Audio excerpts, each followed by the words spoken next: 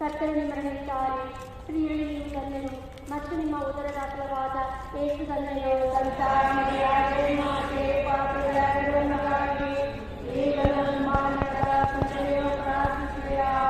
ನಮೋ ಮರಿಯವರ ಪ್ರಸಾದಕ್ಕೆ ಕರ್ತವ್ಯ ಮರಣಿದ್ದಾರೆ. ಸ್ತ್ರೀಯಲ್ಲಿ ನೀವು ಧನ್ಯರು ಮತ್ತು ನಿಮ್ಮ ಉದರದ ಫಲವಾದ ಯೇಸು ಧನ್ಯರು.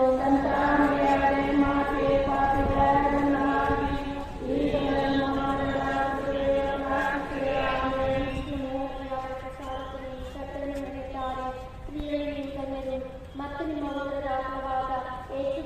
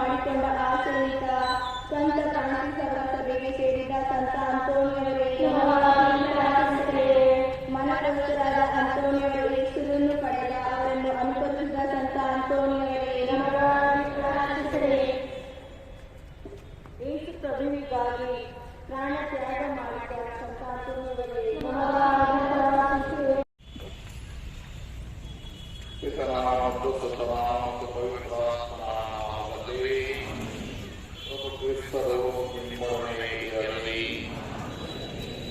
ಪ್ರಿಯ ಸಹೋದರ ಸಹೋದರಿಯರೇ, ಯೇಸುವಿನ ಪವಿತ್ರ ಹೃದಯ ಸಂತ ಅಂತೋನಿಯವರ ಹಬ್ಬವನ್ನು ವಿಜೃಂಭಣೆಯಿಂದ ಆಚರಿಸುವುದಕ್ಕಾಗಿ ನಾವೆಲ್ಲರೂ ಈ ಧ್ವಜಸ್ತಂಭದಲ್ಲಿ ನಿಂತಿದ್ದೇವೆ. ಈ ನವದಿನಗಳ ಸಿದ್ಧತೆಯಲ್ಲಿ ನಾವೆಲ್ಲರೂ ಈ ಧ್ವಜವನ್ನು ವೀಕ್ಷಿಸಿ ಧ್ಯಾನಾಸಕ್ತರಾಗಿ ದೇವರನ್ನು ಮಹಿಮೆಪಡಿಸೋಣ. ಈ ಧ್ವಜದೊಂದಿಗೆ ನಮ್ಮ ಹೃದಯಗಳು ದೇವರ ಕಡೆಗೆ ಏರಿ ಹೋಗಲಿ ಎಂದು ಪ್ರಾರ್ಥಿಸೋಣ. ಯೆಶಾಯ ಪ್ರವಾದಿಯ ಗ್ರಂಥದಿಂದ ಆಗ ಸರ್ವೇಶ್ವರ ಸ್ವಾಮಿ ದೂರದ ಜನಾಂಗಕ್ಕೆ ಗುರುತಾಗಿ ಧ್ವಜಾರೋಹಣ ಮಾಡುವರು. ಸಿಬಿಎಫ್ಇ ಅವರನ್ನು ಜಗದ ಕಟ್ಟ ಕಡೆಯಿಂದ ಕರೆಯುವರು.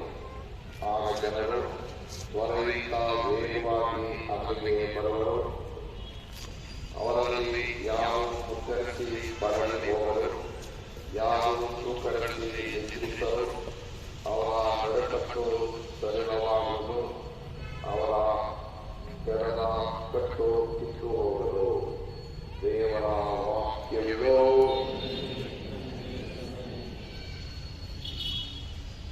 ಸರ್ವಶಕ್ತ ತಂದೆಯೇ, ಸಂತ ಅಂತೋನಿಯವರ ಹಬ್ಬದಂದು ನಾವು ಮಾಡುವ ಪ್ರಾರ್ಥನೆಗಳನ್ನು ಕರುಣೆಯಿಂದ ಆಲಿಸಿರಿ.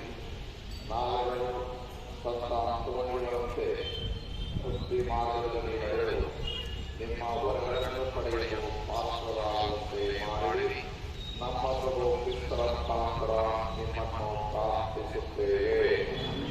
ಪ್ರಿಯರೇ, ನಾವು ಮಾಡುವ ಪ್ರತಿಯೊಂದು ಕಾರ್ಯದಲ್ಲೂ ಹೋಗುವ ದಾರಿಗಳಲ್ಲೂ ಪ್ರಭು ಕ್ರಿಸ್ತರು ನಮ್ಮ ದಾರಿದೀಪವಾಗಿರಲಿ ಎಂದು ಪ್ರಾರ್ಥಿಸುತ್ತಾ ಅವರ ಕಲಿಸಿದ ಪ್ರಾರ್ಥನೆಯನ್ನು ಶಕ್ತಿಯಿಂದ ಕೇಳೋಣ. ರಾಜ್ಯದಲ್ಲಿ ಮತ್ತು ಶಾಸ್ತ್ರದಲ್ಲಿ ನಡೆಯುವ ಪ್ರಕಾರ ಭೂಮಿಯಲ್ಲಿ ನಡೆಯುತ್ತದೆ.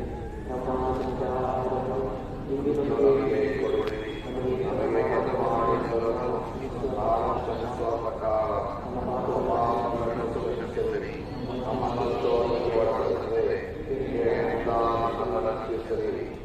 ಪ್ರಭು ಕ್ರಿಸ್ತರು ನಿಮ್ಮೊಡನೆ ಇರಲಿ.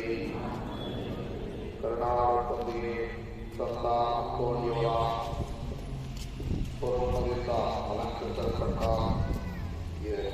ಈ ಧ್ವಜವನ್ನು ಆಚರಿಸಿ ಈ ಸಂತರ ಪ್ರೀತಿಗೆ ಸಾಕ್ಷಿಲಾಗುವಂತೆ ಮಾಡಿ ಸರ್ವಶಕ್ತ ದೇವರಾದ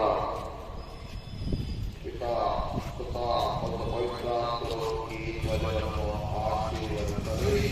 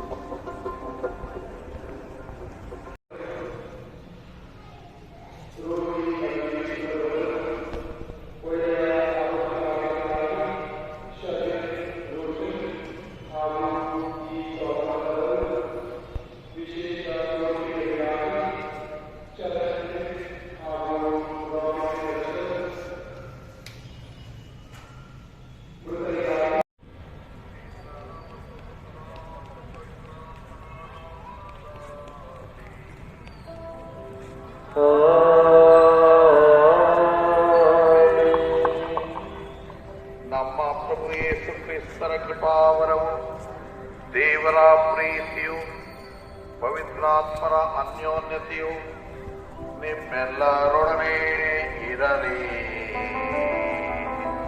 ನಿಮ್ಮ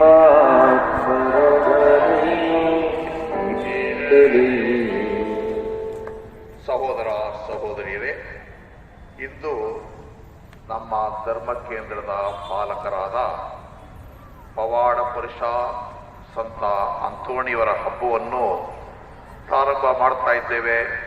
ಈ ಹಬ್ಬಕ್ಕೆ ಸಿದ್ಧತೆಯಾಗಿ ಇವತ್ತು ಧ್ವಜಾರೋಹಣ ಮಾಡಿ ಪ್ರಾರ್ಥನೆ ಮತ್ತು ಪೂಜೆಯಿಂದ ಸಂತ ಅಂತೋಣಿಯವರನ್ನು ಈ ದಿನಗಳಲ್ಲಿ ವಿಶೇಷವಾಗಿ ಸ್ಮರಿಸುತ್ತೇವೆ.